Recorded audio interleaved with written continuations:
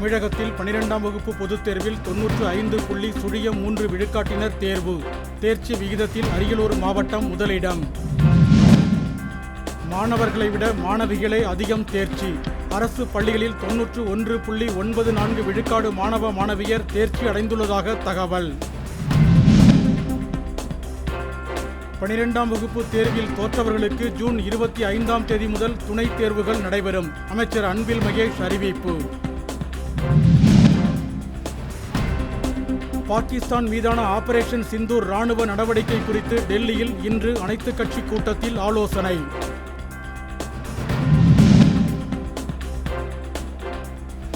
எல்லையில் போர் பதற்றம் அதிகரித்துள்ளதால் வான்வெளியை மூடிய பாகிஸ்தான். வானூர்தி சேவைகள் முடக்கம்.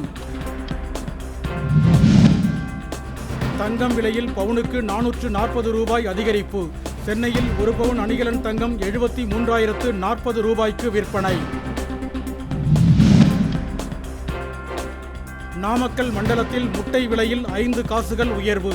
ஒரு முட்டை விலை 5 ரூபாய் 10 காசுகளாக ஒருங்கிணைப்பு கூட்டத்தில் நிர்ணயம்.